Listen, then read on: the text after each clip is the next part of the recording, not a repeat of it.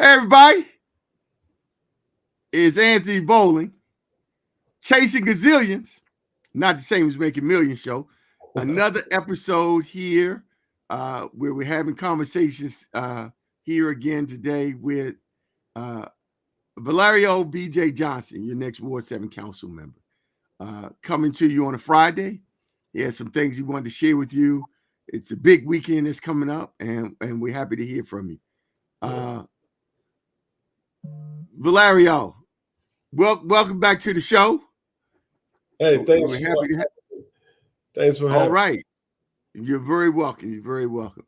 Looking very council member like and all. I like that power tie. Nice tie. Bars and stripes. There you go. There you go. Hey, so it's Friday. Tell us, talk to us about the campaign. Tell us what's exciting. It's a big weekend. Talk to the community. Well, you see, my sleeves are rolled up, right? Because we are always working. It is a big weekend. We have a lot going on this weekend. As I always make mention of the positives that I received from my competitors, as they say, he's everywhere. And today we received ballot placement. So it is official. April 12th today, the Ward 7 residents will know who is on the ballot and who they have to choose. Who they have now you say ballot placement. Yeah. Talk to the people about what that means, what it means to them. Turn your mic up a little bit, get a little louder. But what does that mean? Ballot placement. Something happened today.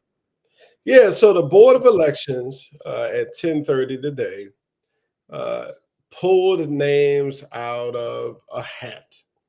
And we are number 4 on the ballot, closer to the top. There are 10 official candidates whose names will appear on the ballot for this Ward 7 Mary. Okay. All right. 10 people on the ballot, and you are number 4. Yeah, man, I like the number 4. Number 4 is a solid number. You know, you got 4 corners. You know, you got 4 elements. You know, 4 is a good number, man. I like 4. 4 is I don't believe in numerology, but maybe I do. But it works for me. It's about completion. It's about just framing. Every house has 4 corners, right? Every structure, right, needs to be enclosed. And what I like about that is that I'm all about the environment. You know, I'm all about making sure that we have the things that we need. You know, you have an enclosed space, you can capture more. And we are ready to go. This is the part where everybody's waited to be. Who's on the ballot? Well, the Board of Elections is going to let everybody know pretty soon who's on the ballot, what the ballot going to look like. Ballot's going to go out, and they're going to see my name, number 4, VJ. All right. VJ Johnson. No, fantastic. Well, that's an accomplishment. Okay, great. We're skiing downhill from here. Okay. All right. Excellent. So you're on the ballot, and it's Friday, and we're going to a big weekend. You say it's a big weekend. Where are you going to be? What are we looking forward to hearing? And tell us what the residents should be focusing on. Well, you know, look, Sam Cooke always enjoys Fridays, right? Because everybody get paid on Friday, so it's going to be a lot going on. I did a Washington Post interview earlier. We have Evening with Labor tonight. We have voter registration drives tomorrow early, 8 a.m. on Minnesota Avenue. I have a forum to be in 10 a.m. tomorrow at St. Coletta's, and then another one at 2 p.m. at Mount Moriah. Okay. I think something else is on the calendar for tomorrow. Oh, canvassing, what we always do, right? It's second nature. It's not something that we kind of become second nature. We kind of forget about it. It's part of the daily routine, meeting people at their door. And then Sunday, we're going back to Mount Moriah. We're going to fellowship with that congregation as we've been doing every Sunday. As you know, faith is important to me. My church home is Pennsylvania Avenue Baptist Church. I think all elected leaders in general, should have a moral compass that is centered in a faith that promotes improving the human element, improving environments. There is a parade. We're going to be in a parade on Sunday. We're going down to join the mayor for Emancipation Day. So we're looking forward to that. We have a team of volunteers showing up. We're going to be walking down, passing out candy with our signs and our banners, just enjoying Emancipation Day in the District of Columbia. And if you don't know about Emancipation Day, the African Americans who were enslaved were freed 9 months before the rest of the country. And so that's a distinction about the African American contributions in the District of Columbia. Okay, hold on. There's a couple of things here. Hold on, it may have went by me too fast. Which African Americans in what jurisdiction were freed 9 months before what occasion?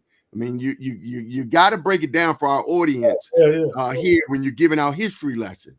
So the enslaved Africans who lived in the boundaries of the federal enclave, which is called the District of Columbia, were freed before the country, 1865, before Emancipation Day for the country in 1865. Before Lincoln made the proclamation, the Emancipation Proclamation, you're saying 9 months before that, the Africans who were in the enclave, this federal enclave, which we now call the District of Columbia, were freed before that. Yeah, and that's the first point in history. Well, not the first point, but that's the first major point in history for African Americans, where you see the government offering restitution to the horrible institution of slavery. Okay, all right. Hey, speaking of institution and the federal government, I wanted to go back a step. Recently, we saw in the news where I saw a school system that was allowing for children to be taken out every day, not like lunch break, but during this break, they would go out and they would go to effectively Bible study. They would go to Bible study, and the kids loved it, and in that jurisdiction, by coming out of the school building and going over here to this other structure every day for Bible study, but it wasn't seen as a conflict. It wasn't a conflict of the church and state, or not having religion in the school system. And now you've mentioned about your man of faith, and you're running for office, and you're talking about moral compass. Share with us, what is the role for religious institutions, churches here in a campaign like this for Ward 7 councilperson, or its role for just the council members themselves who are seeking to govern the residents here in Ward 7? Well, as we meet people in Ward 7, a lot of people attribute the craziness in our environments, in our schools, with taking prayer out of the schools. I think faith is very important. I think it's controversial. I think in America, I know in America, our Constitution allows us to practice whatever religious belief we want to do, right? And it also gives you the right not to do. But our Constitution acknowledges God and bestows upon us inalienable rights for us to pursue life, liberty, and happiness. And the Constitution, our democracy, our American democracy, a beacon of light in the world, gives us the same thing that God gives us, which is free will, your right to choose. I don't have an opinion on what you just shared. I'm not caught up on that. But if people are allowed to practice a centering, a meditation, a yoga, a prayer that keeps them in right standing with their beliefs of right and wrong, and it's beneficial to the school environment, and it's beneficial to treating everybody humanely and kindly and being respectful. Yeah, I would definitely support that. Okay, fantastic. We would love that. Hey, you got a lot of thoughts and ideas about serving in the role. Let's hear briefly some of your other thoughts, and we want to get your comments on it here. Okay, all right. I think I'm the most handsome too. Oh God, yeah. Government operations. The reason why government operations will be my priority focus, and he's right, we will get to be on 5. We will not have our 1 in the first period. We get it the second period. But government operations, because there are things that need to be worked out between agencies, interagency cooperation, which is a lot of the problem. Everybody's answer so far has, let's make government bigger. Let's expand government programming. Let's do more, right? And I get it. I believe in doing more, but I believe in being effective and impactful. What no one has said up here, and maybe they didn't know, is that we're about to experience an $850 million budget shortfall. So what we all going to have to do is tighten up our belt. So when I get into the council, we have to be effective and efficient and streamlined by evaluating the programs and services that are working, that are impactful right now. We have made a mistake as a city because the government thought that the federal money was going to last, and we expanded our government and expanded programs, and those programs no longer have funding. So get ready for the cut. But understand that you have a council member here that understands how to do the best with the least. You know why?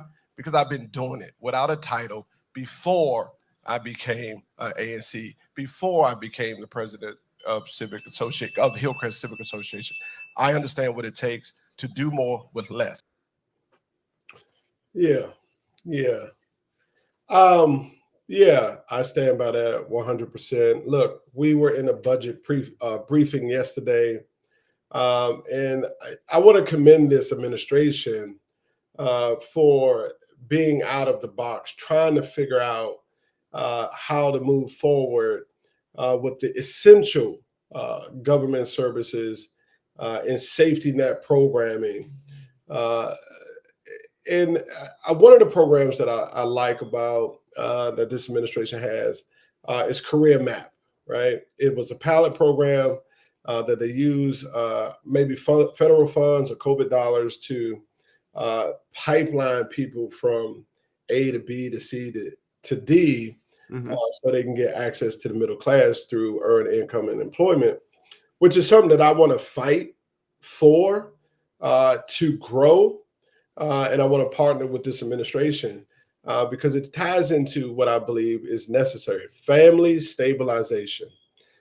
We have all of these issues with our young folks and our young adults, and you zero down and you laser beam in and you peel the onion back, and you see that there's a despair and a hopelessness where these young people don't see a future for them, and that makes it more attractive to get into alternative ways of living and earning money. But I think this administration takes a 2-generational approach, and it looks at supporting families differently. Okay, all right. I see here we've been joined by your esteemed. Well, I thought we were joined by your communications director, but she has gone off screen. Okay, not. Oh, well, is she back? Well, she was with me earlier for the Washington Post interview. Well, she seems to be wherever you are, Miss Barkley, Khadija Barkley. Can we hear you today? No, we still can't hear you with your mic. We still don't hear her. Oh wow. Oh wow. She might have to fix those privacy settings on whatever. Yeah, we're gonna have to work on that. Yeah, we don't know what that is. Look, okay, she has a beautiful voice, and I think the audience needs to hear her. Right? She I agree. Great insights, a level of intelligence and brilliance. We got to figure out how to get her heard. Yeah, to get her here. Okay, so you mentioned about. Hold on, she's saying. Let's try it again. Yes. Okay. Well, come on. Let's go ahead. No, we don't hear you. Oh. No, we don't hear you. Okay, again with the. Yes. Okay, I don't know. Technology, bittersweet. Okay. Yeah, we're working on it. Which is again, this is chasing gazillions, not the same as making millions. And this is Anthony Bowling with the Anthony Bowling Group. Again, guys, bringing you the people and the information that you want to hear about what's impacting your life. And one of the things that's impacting your life is the lack of technical support that I have running this show, that I'm doing it all. And so if you are out there, I've been saying this on this podcast for 2 years now. If you know how to run Restream, and you know how to help me bring my guest on, and so the sound and all works, please, by all means, let me know. Come on, there's an opportunity for you here to have this show be even better. Well, hey, look, let's talk about what the DC government has done for families around technology. Strengthen Wi-Fi enabled households to have internet, and every child is received a laptop or a iPad, right, during the pandemic, especially when school was virtual. So the city has improved on its technology, especially as it relates to educating our children. So we always got to give kudos to our government when it does things that work and that's right to enhance the quality of life and prosperity of our residents. Okay, I wasn't aware of that. Yeah. Good stuff. Here, I was just checking this chat box. I'm hoping that this chat box that's opened up is that it's not impeding persons from seeing you and your sign and all. Okay, we're back. All right. Okay, so it's a big weekend. You mentioned that there was forums you're going to on Saturday at St. Coletta's at 10 a.m., Mount Moriah at 2 p.m. You mentioned labor union function industry affair you're going to be at here this evening. Yeah. Hello, there's a DC event. Yes, that's the industry event. And then on Sunday, celebrating Emancipation Day. Yeah. Here in the district, you're going to be walking with the mayor. I wish I had the link. We can get more residents out. The mayor will be leading the Emancipation Day parade, which begins at Freedom Plaza. And I believe the parade begins. Let me look. Don't quote me. Hold on. I think it's at 2 o'clock. 2 o'clock.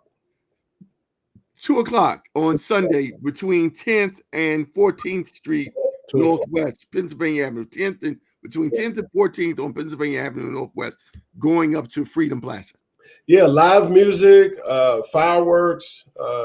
Yes, it's great. It's going to be a great event for people.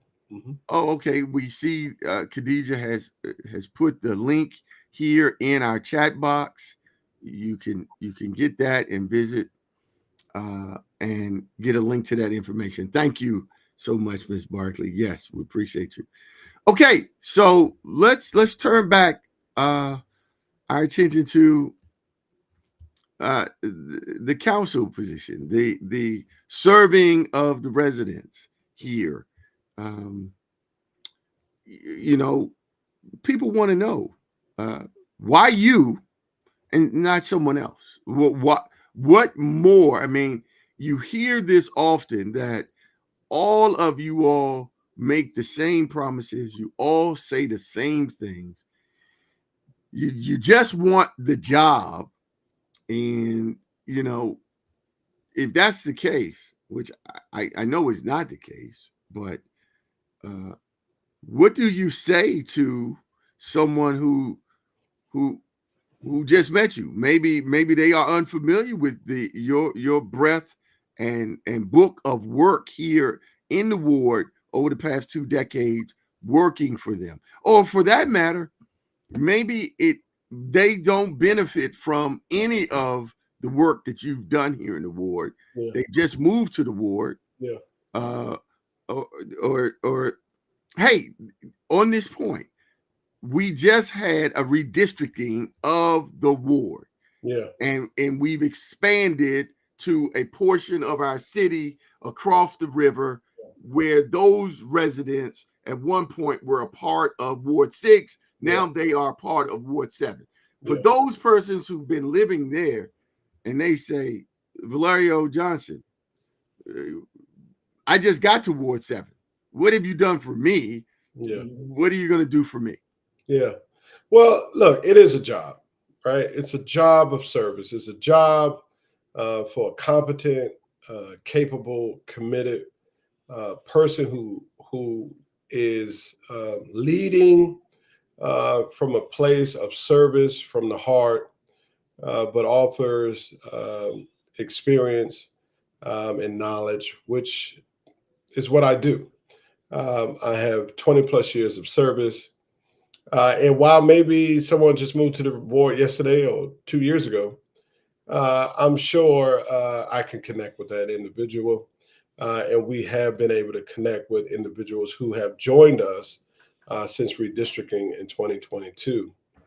The community in question, I have served that community while at Vince DC working on the RFK Fields project, where I was the engagement manager for the RFK Stadium redevelopment.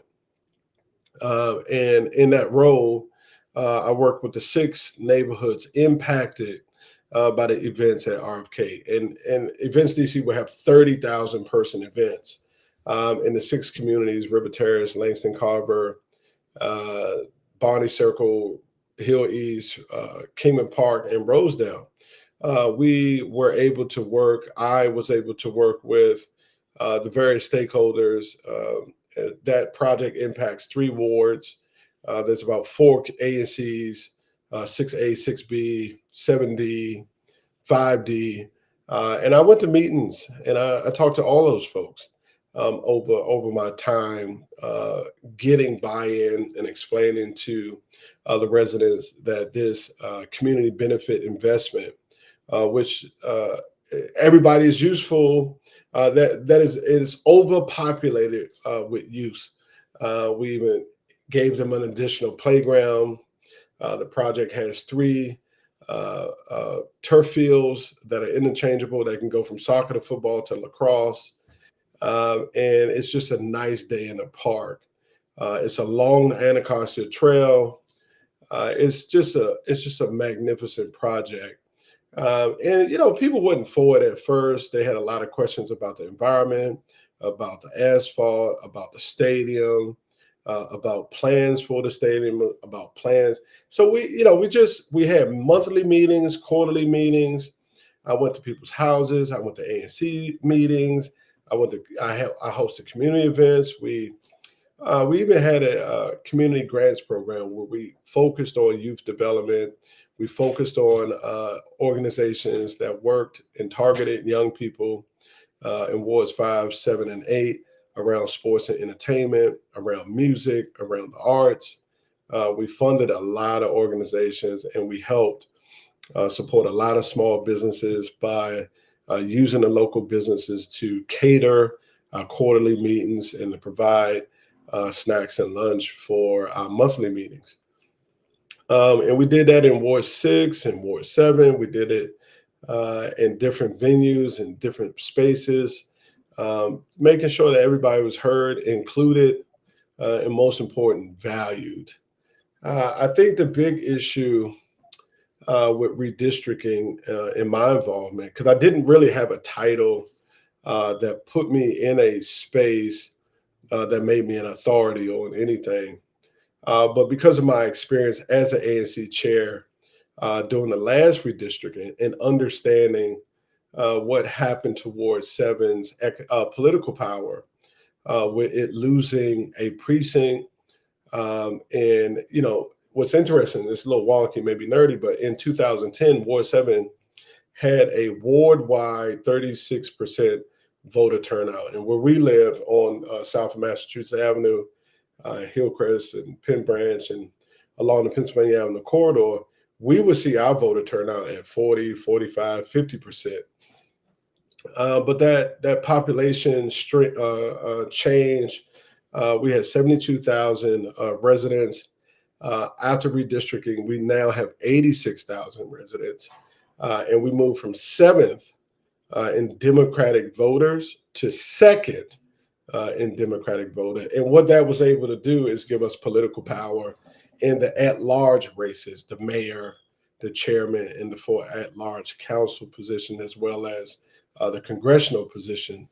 So I was able to step in, leveraging my history and my experience and my relationship to change the conversation and making it about population, which legally the federal law says we have to balance population by redrawing lines to focus on what we want out of this redistricting is age eligible voters.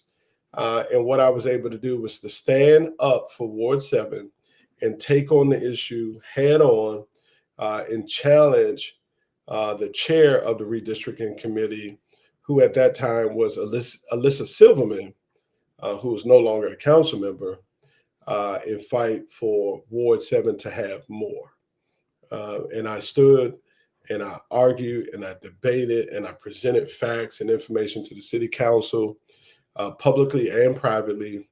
And I also organized stakeholders in Ward 7 to join me in that fight. Staying on that same point, it's similar. Talk to the public, if you will, about, and so what? What does that mean for me? What's in it for me that we've been redistricted? We now have 86,000 people living in Ward 7. We are 2nd in districting power. How does that affect me and my household where I'm living and my individual personal circumstances here in Ward 7? I mean, that's just something that you politicians do to yibbity about to maintain your job. But down here where the rest of us really live on the ground, what does that matter? And how does that manifest itself for me? Well, elected officials pay attention to voters, right? So if you have more voters, you get more attention. So us having the 2nd highest registration of Democrats in the city, that means, politicians, elected officials, they got more voters. All right, let me hear what they got to say. And if more voters are involved and active and participating, then that means your voice is amplified. So maybe Joe Public doesn't care about any of this. Joe Public has to take care of their family. Joe Public has to work 2 jobs. Joe Public has to take his kid to soccer or football, whatever, and they just don't have time. So Joe Public, when Joe Public meets me, I say, Joe Public, listen, our ward has not gotten its fair share of the city's economic boom. And there's been a lot of promises. There have been a lot of stalled projects And I said, but now that we have political power, we have more Democratic voters in a dominant Democratic city. When we say, hey, over here, you want to get elected? All right, you need to come to Ward 7 now, right? You want to be an at-large council member? You need to come to Ward 7. Oh, you got a tough mayoral or council chairman race? Yeah, come see Ward 7 because we have votes that can make a difference in your campaign. And by come see Ward 7, come to the seat here, you're saying as a council member, that empowers you to do more for me as Joe Public in Ward 7? Yeah, and not to go deep into what it looks like in the council, it's inside of baseball. We get it. It's like what goes on in your job, in your office, right? The product that comes out is different than the sausage that come out is different than how it's made, right? But when I am talking to council members and I represent, say, Hillcrest in my current capacity, which has a sizable amount of voters that are active and participatory, and our turnout is fairly strong. They listen, and I can have the chairman come to a community meeting. I can have an at-large member come to the community meeting. I have a working relationship with the Ward 7 office. So those things matter when you're trying to get your needs met. So maybe you, Joe Public, don't need government right now, but maybe you do. Maybe there's a pothole in front of your house. Maybe your alley needs paving. Maybe there's trash in the alley, right? And you say, hey, no one's picked up my trash in a week. Well, hey, I can go to that agency director. I can go to the executive. I can empower you with the use of 311 to help you get your job, help you get the things that you see is useful to your enhanced quality of life and prosperity. Fantastic. Well, council member, I mean, council member candidate. I get ahead of myself. Yeah. We want to thank you, everybody. This is Villareal VJ Johnson for coming out again today to share his ideas and thoughts and observations with you. VJ, tell everyone here how they can reach you, how they can get involved, what your campaign needs are. We know campaigns are very expensive. In fact, speaking of expense, talk to the people before we leave about funding your campaign, or how a candidate might fund his campaign, and how that impacts me as a taxpayer here in the district. Well, we're in a peculiar place in our city. The $800+ million budget shortfall. You have two ways to have your campaign funded. Traditionally, is when you go and you ask the people to give you money, and they can give you up to $500 from their person and $500 from their business. And let's say I have a relationship with a household that in Ward 7 that is prosperous, entrepreneurial. There's 2 people in that household, 3 people in that household, and they believe in me. They can write me 3 checks for $500. And if one of them is an entrepreneur and has a business, they can write me an additional check from their business for $500. So a household can contribute to my campaign at $2,000, and that's traditional financing, and that's what we're doing. And there's also public financing called fair elections, and that's where DC residents can give $50, and the government will match that $50 contribution 5 to 1. So that means the government is going to give the candidate $250 for every $50 that it raised for a $300 donation. Now, a lot of candidates are doing fair elections, and they're using your tax dollars to fund their ambition. Some people don't agree with it because it's wasteful and it's using taxpayer dollars. And such as a time like this is kind of questionable. because we don't have enough to do the things that we must do. And we must protect essential services, our police officers, our teachers, our firefighters, all who may experience some cuts, trash services, DPW, all these essential services that you, Joe Public, benefit from, whether you know or not. And we have to protect those essential services, and we have to find the money to keep those things running. But those who choose to do fair elections, it is useful to them as well. It helps them raise money with government subsidies, and it helps them present themselves to you and be heard. I just don't agree with it. I think the program needs an overhaul. And I do agree with supporting community leadership and growing community leadership from the neighborhood all the way to city council, similar to like I was doing or I'm doing without public financing.